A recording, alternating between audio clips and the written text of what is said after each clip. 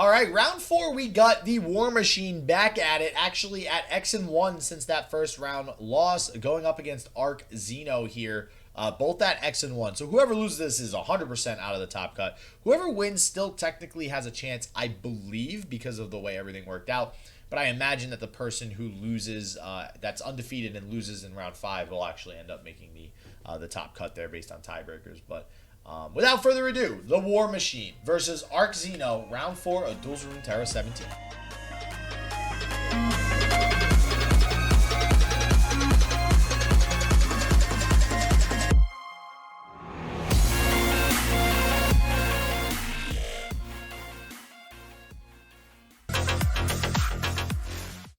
All right, everybody, we are back, and I do apologize for getting in just a second late here on the start of this match. We do have ArkXeno versus the WarMachine. Both are currently 2-1, and it looks like we got Scouts versus, well, I guess now I just have to call it Spider Endure. So. Endure Spiders, everybody, it's back. My naming conventions cannot be stopped. Oh, man, yeah, we know. But another point for me. We have more Valor action, though. We're still seeing Blinding Assault in these decks, and it's just across the board. Although, I don't know. Was it ArkXeno we saw earlier as well that had the Blinding Assault? I think we pulled up an ArkXeno it's game. every Scout player that we've seen. Yeah, so pretty much everybody at this point. So we'll see. It looks like we do have Elise going to get pulled in here by the Genevieve, so pretty good for Ark. But this Bark Beast is going to go up to a 4-4. It seems like ArkXeno is in control of this one here. But, you know, as long as there's 2 cards in WarMachine's hand, those could be Endure and Atrocity. So there's always a chance for the Endure deck. And it's... Oh, okay, so we're... All right, yeah, so I don't mind this, you know, playing a little greedy with the health of the Genevieve. Okay, maybe pulling it back. I don't know how much you actually care about killing this Bark Beast, but... No, it looks like we actually are just going to decide to kill the Spiderling. I wouldn't be surprised if we got the Badger Bear going in as well, but not going to be the case. And Everglade Collector going to come down, so really glad that we hung on to that Genevieve. Still going to have that Challenger to take out that large health unit. And more to what you said earlier, we no longer have 2 cards in hand. Endure, Atrocity, no longer in the immediate on the table, and because we did come into this one late, we have absolutely no idea how big this Endure is going to be. If it does come down here, and I would have to assume that if it's in the hand, it's going to come down, but I mean, it always feels like that's the way, yeah, where your opponent's last card is always going to be that They Who Endure, and it looks like that actually is the case here for WarMachine, who definitely feels like they are back in the driver's seat. Yeah, and 11-11 is nothing to shake a finger at. This is going to be a big deal, especially if we do have an Atrocity in hand. Notably, though, 11 is not 12. So I can't read numbers. I can't read generally, but numbers I'm okay with reading, just not putting together. And, yeah, going in for the attack will make it so that now Atrocity would be game. And you have to block this because there is an Everglade Collector on field. You cannot go down to 1 HP, even if you think that you are in a position where you're going to be able to take out that Collector on the following turn. It's not necessarily a guarantee. Yeah, and going down to 7, yeah, I mean, there's a lot of question marks here. You know, even if we are able to kill this... Well, he is going down to 1. Yeah, he is going down to 1. And the They Who Endure, though, notably, is at 7, which means this Bannerman being played next turn on Ark's attack turn will allow this Genevieve to pull the They Who Endure and kill it. That's a big deal. If we don't have Atrocity in WarMachine's hand, that might be game with ArkXeno winning. Here's the problem.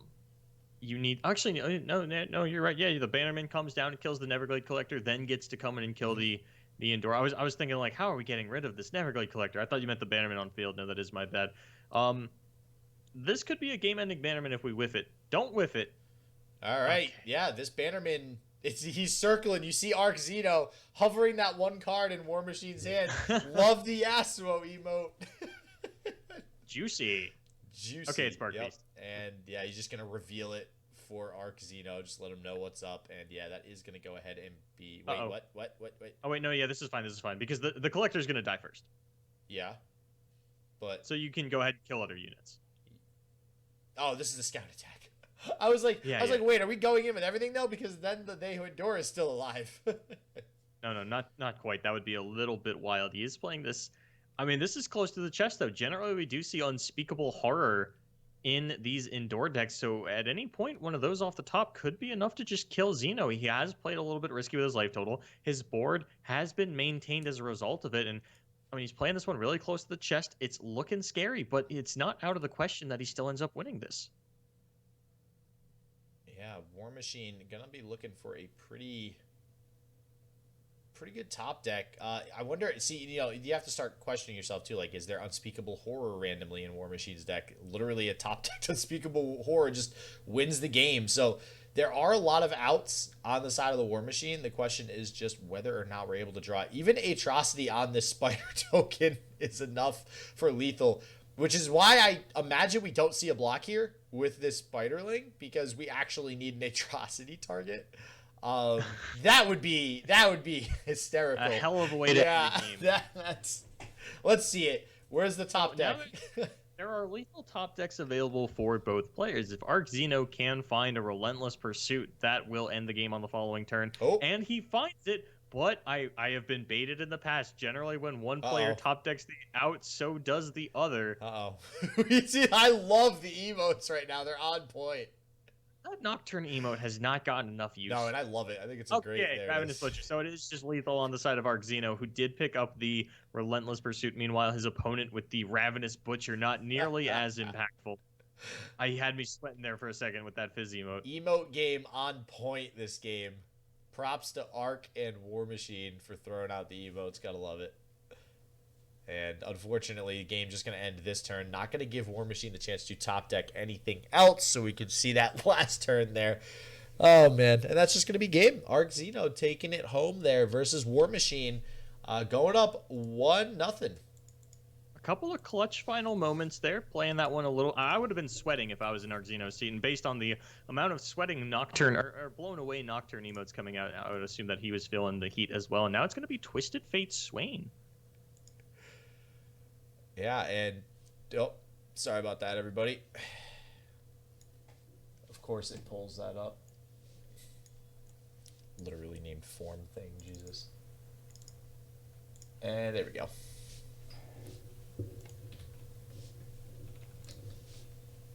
Oh, 1 second, everybody. Of course this happens.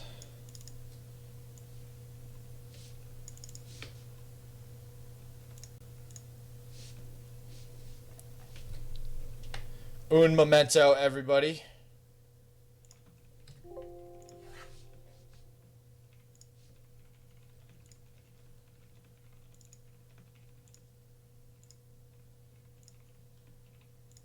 There we go. We're back into the game. Woo.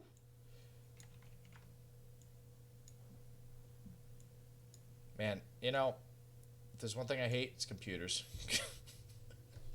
But at least it was in between games, so no big deal. No big deal. So it looks like we are headed into game 2 now.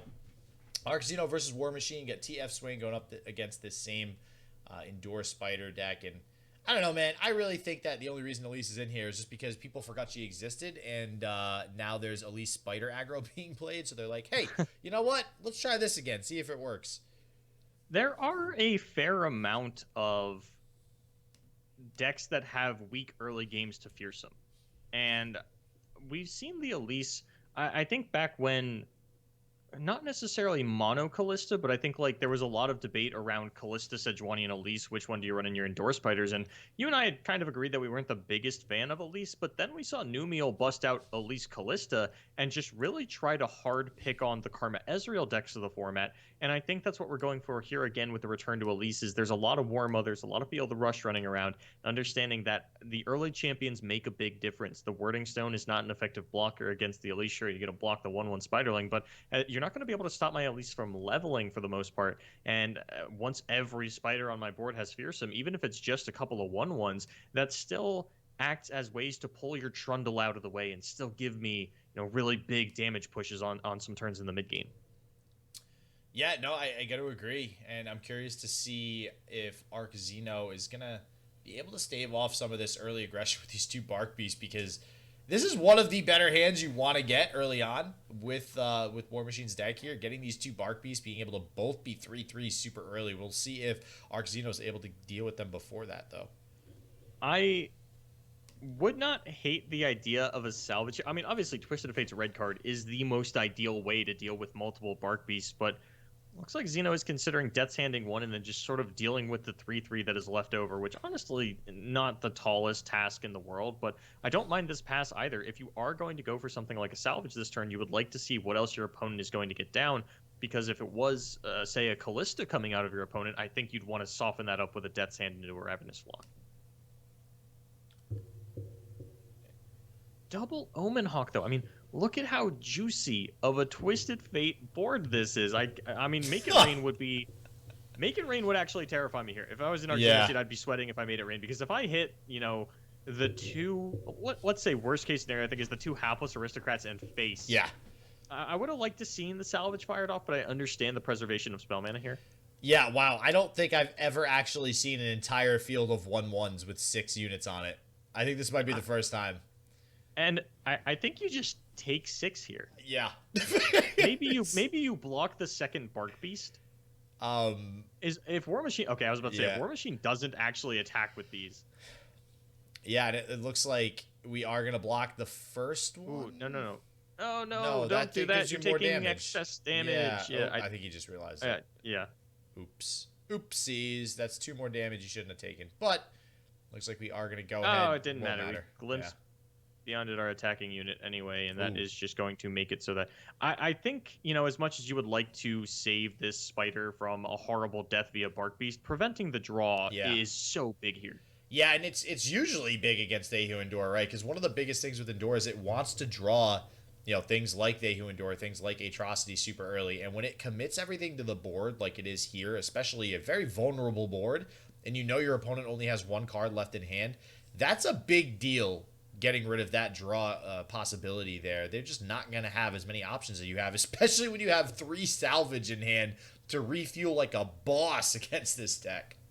And now we're going to see the situation where the Swain gets to take over the game. Wow. When was the last time we saw 3 of a kind? Yeah, right. Not actually how that phrase is used, but the fact of the matter is this Bark Beast is actually going to have to block this Swain, who is now an extremely effective blocker into the board that WarMachine has, and this is the problem that a lot of players have with Omen Hawk. It's not generating any actual advantage. I am scared of my opponent passing here, though, because it does represent that they have something bigger in hand, like a Ahu Endure. Not that too many units have died thus far, and that's one of the problems with these older builds that we see WarMachine playing here, is sometimes you would find yourself on turn 6 or 7 with that Endure coming down, because the last time we saw something like this Endure was 6 mana, and you're staring at a 5/5. And something to note, too, I mean, we have Betty Croker coming down, hitting the field. Oh, there's Scorched Earth, which we haven't really seen all day today.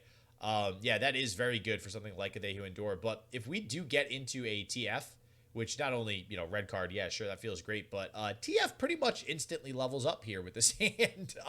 You're going to be drawing plenty of cards. Actually, yeah. So let's talk about this TF win condition here. If you wanted to, you could TF blue card next turn, triple salvage, TF's leveled. Which, honestly, I mean, it's good. It's good against Endure. I'm not going to say it's bad. It's not necessarily a game-ending play for a matchup like this, because you still struggle to deal with the Atrocity. Captain Baron off the top. But you do have an answer for any Endures coming down, because you just have the setup into the Scorched Earth. So honestly, Xeno sitting in a pretty good position. While WarMachine did open a lot of low drops, they were a lot of unimpactful ones. 6 1-drops is, you know, in some decks it's a good opener. Endure Spiders is not one of them. No, for sure. And now this Swain going to be able to start to do work, getting those Nexus strikes in, leveling himself up. And, I mean, at this point, we're a Leviathan away from locking this game down completely, too. I mean, obviously, Atrocity can still go ahead and end the game. But when you have removal like Scorched Earth in hand, I don't think that's really going to matter. That is a 7/7 baby Ahu Endure. That feels bad. I was wondering why it came down as a 3/3. That should be a 5/5 Endure, but it was double Omen Hawked. Yes, yeah, so it was actually already a 3/3. And I imagine the only reason that we are seeing this get played is because there's another one in hand.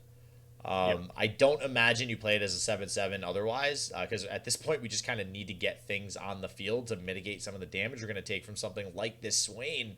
But honestly, ArkXeno, I think, is kind of okay. I mean, we have a lot of ways to refuel. Burning a Leviathan always feels bad, unfortunately. And drawing some very low impact, well, Raven's Flock pretty good, but low impact card and Crusty Codger. And it looks like we are going to already get the damage off onto this 7/7 They Who Endure. Avoid anything incoming for an open attack here on the next turn. Yeah, I would imagine he's going to double Flock here just to kind of finish it off. I think, obviously, Fervor Flock would have been ideal, but then you run yourself into the risk of your opponent having some kind of removal for the 1 health unit that you're playing the Fervor onto, and all of a sudden you're in a really awkward position. And I like, I don't think the layering of the Flocks matters once the Swain is leveled. Either your opponent is going to glimpse beyond it or they're not. You're going to lose both Flocks either way. But, you know, playing it slow, playing it smart. He does maintain the Swain's Ravenous Flock, and not even going to hang on to the Spellman. It just throws down the Crusty Codger, which is a little surprising to me because floating 1 mana on turn 7 means that you have double Decimate on turn 9. Yeah, that is very important, and it's important whenever you do have Captain Farron. You got to kind of manage your mana a little bit differently than you usually would if you are looking to end the game out with those Decimates. So definitely a good catch there, and yeah, I don't know. I mean, Ark is actually in a position where they're able to use that many resources to remove the They Who Endure because they have not just refuel, but they just have so much more of a board presence and card advantage over the WarMachine right now. Sejuani gonna do some work. It will allow the removal possibly of this Swain. There is a way to kill the Sejuani, but I don't know if you want to waste your Scorched Earth on something like a Sejuani this turn. Could even go Ravenous Flock and Noxian Fervor, but that again seems like a lot of resources invested. Yeah, it looks like we are going to hold back on it. We want to get down one of our 8-drops this turn. Yeah, I would imagine the Leviathan's the one that you want to go for, and because we did play a Swain's Ravenous Flock, we do have a draw with that Leviathan actually available to us. Yeah, I do agree. Getting down Leviathan probably more important. It also puts the opponent on a clock, right? Especially when you know you can play Leviathan this turn and then probably follow it up with a Farron, and then now you just have all the damage in the world and your opponent's got a whole lot of nothing. All right, but he does want the spell mana. He says that's valuable to me, and okay. I don't hate this because now you have Fervor Leviathan on the following turn, which means that you can stun the Sejuani and go for a big Swain attack. I mean, if you Fervor your Leviathan, it's not like your opponent has anything that's actually threatening that outside of Atrocity Sejuani onto the Leviathan, in which case you've gotten an Atrocity out of your opponent, and you're going to feel pretty good about that anyway. Well, there's the Vengeance. Oh, that's right. Yeah, WarMachine plays Vengeance. We had brought this up a little bit earlier on, but that does mean that Xeno's going to get the big attack with the Swain here. Yeah, this is going to go ahead and get the stun off. We're going to get the Nexus Strike. That is almost lethal, actually. We're only going to be 2 off of lethal. We're going to hold back the 2 1s. They're just going to get blocked by those Spiderlings there. And now we know, I mean, Captain Farron is going to finish the game off. We will go ahead and have enough mana to go ahead and play. Oh, wait, actually, no. So going into the next turn, unfortunately, though, if we do play Captain Farron, we're only going to have 3 mana available, so we won't be able to play a Decimate immediately. So Flock here does make sense to just go ahead and remove the Sejuani. The one concern that I have for Xeno now is that you do not have an answer for They Who Endure. I don't know that the card is representing lethal, but it is something that you have to be aware of. And I think it might represent lethal if there's an Atrocity alongside it. We are on to... How does he keep drawing the same Swain over and over again? That's a 13-13. Okay, so the Omen Hawks both hit They Who Endure. Arachnoid Sentry does not save you from Atrocity. Nope. It does save you from the attack, which is a start. Although the block with the Swain technically saves you from the attack anyways. So, all right, WarMachine, as usual. Yep, there it is. Oh my gosh, he has it. Yeah, I mean, that is something that we've seen time and time again. Endure Atrocity combo is not something that the Twisted Fate Swain deals with very efficiently.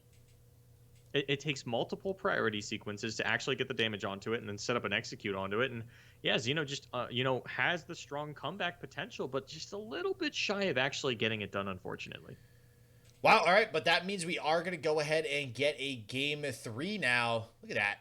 Look at that. 4 out of 10 towards go get it. Ticking up to the go get it. Wow. Haven't been playing a lot lately, huh, Ark? I feel like shit, even I have go get it already, and I barely play. Oh, man. So we are going to go ahead and get into game 3 now. We'll see if Ark is able to take it here versus the WarMachine, and whoever wins will advance to X1. Again, you do need to go undefeated in order to make the top cut in this tournament, so very excited to see after this round who does end up undefeated and who is going to be matched up with each other in round 5.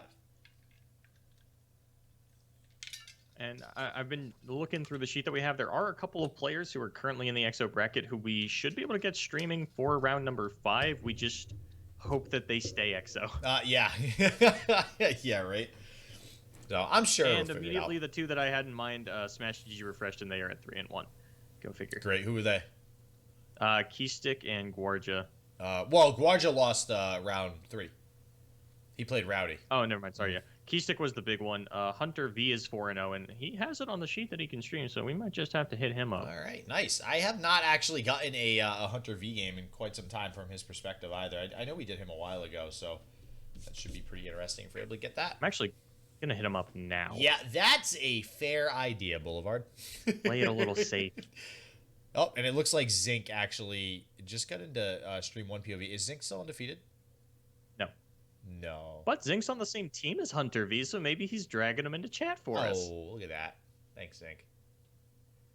And it looks like we have the Krusty Codger getting going here in the beginning for ArkXeno. Great turn 1 drop. For anybody who is wondering why the hell is this crab in a TF Swain deck, we've mentioned it before. This is a great 2 drop for this deck in particular because it does activate 2 procs of Swain's level up, if anything, or if not anything else. And it's just, it's a 2-2-1 drop. It's good for tempo. It's good for aggression. And as we discussed earlier, TF Swain is a deck that can take the aggressive approach in winning the game. I was going to take it the other direction and say there's no reason that we're seeing it in these decks. We really shouldn't be. It's crazy to me that people keep playing this card. Yeah, you could argue that other cards would be a better addition. But, hey, it seems to be working out for the most part. I'm curious to see... it would be that's the problem, I guess, with that card. It's very difficult to determine the actual impact that card has with the level up of the Swain, right? Just because it's so late in the game. If you get that turn 1, you're not going to figure out until, turn 7 whether or not that Swain's leveled, right? So it's hard to see what the Krusty Codger actually did in accelerating that Swain level up. You'd have to think about it for a second. But in the meantime, though, Ark's still going pretty wide. So he's meeting aggro with aggro here. Going to go wider than the WarMachine, which is going to basically avoid any damage coming through on something like an open attack. Attack going back over to the WarMachine as well. So we have 2 Corsairs on field is super good. Okay, never mind. What's better than that? A Misfortune on the side of those. That is 3 damage every attack turn, no matter what. And that is a big deal, especially on an open attack. So although not everything can attack on the side of WarMachine, who cares? We just need to throw the Imperial Demolitionist out there, and that's going to pull plenty of damage. This Misfortune also able to pull the keg is actually going to be able to force some sort of damage out from ArkXeno. I don't think you need to because the Fervor is still going to kill the Misfortune anyways, but it looks like we are going to at least utilize this keg here as the unit to sacrifice for the Misfortune kill. And that's about as good a sacrificial lamb as you're going to get in a Twisted Fate Swain deck. Sure, you don't get to take full advantage of the additional damage that you're getting out of the keg onto the Fervor, but it does still count for your Swain level. So if I've been watching this correctly... Oh, 1 second. Ravenous Flock off the top. And then we have... we have Arachnoid Sentry if we really want to go a little bit more aggressive. We can stun something. I don't think you need to or want to, just because most of the trades here you're going to be pretty happy with. Even the Demolitionist trading with the House Spider, you're okay with. Makes sense on the side of WarMachine to not trade these Crackshot Corsairs. These represent another 2 damage coming in on another attack turn. So I do think that's smart on the side of the WarMachine. Very curious to see what the 5-drop is. We'll see if we get a Gangplank or another 5. Wow, okay. Jesus, with these attack abilities, man. So now we're staring down 3 damage on an open attack. I guess I'm curious as to whether or not that actually drags out this Ravenous Flock onto the damaged Corsair. I want to go with a no, but Oh, but with a scout coming down, it has to be. Yes, but you cannot afford. Yep. That's a leveled Misfortune, effectively, in terms of face damage. Oh, my God. Yeah, and that's actually big for the WarMachine, too. You got a keg and a Ravenous Flock used on a 1-drop. Which is huge. That is huge value. That's the most value you're ever going to get out of a Crackshot Corsair. And this Crackshot Corsair buff means that the Twisted Yeah. Fate Red does not clear the board. Oh, that buff coming in hot. I love to see it. And it also means that Xeno's going to feel really bad for using that Ravenous Flock on a 1 health Corsair. Yeah, for sure. It looks like... I'm curious. So, what is WarMachine... Okay, I was going to say, is there any reason why you attack with the Island Navigator versus the Zonite Urchin? But it makes sense to just attack with both scouts. I don't think you're really worried about one or the other dying. Okay, it looks like he's just going to go with the Island Navigator. Why wouldn't you just throw the Zonite Urchin out there as the, okay, here, take 2 damage, and then we'll reset? I think you just want to make sure that if, you can hang on to a scout, you might just go in again with the Island Navigator this turn and, like, hyper slow roll this, not attack with this other sort of scout at all, and then on the following combat phase, just go in with a double scout attack again, push another 4 damage at your opponent's face. Unfortunately for WarMachine, the plan is disrupted. We do have removal for that Island Navigator, but I think it was just it's consideration to try and slow roll it. And now the Gangplank comes down, and we're tapped out of the answer for that no Arachnoid Sentry. Okay, so actually now, in retrospect, that actually played around Gold Card. Because if the Zonite Urchin went in for the attack, it would have gotten blocked and killed. Gold Card would have stunned the other scout unit that was able to attack. Now, obviously, we don't know if, Gangplank was going to come down. So if there wasn't another unit, that would have been good for ArkXeno because you're not going to send the Crackshot Corsairs in.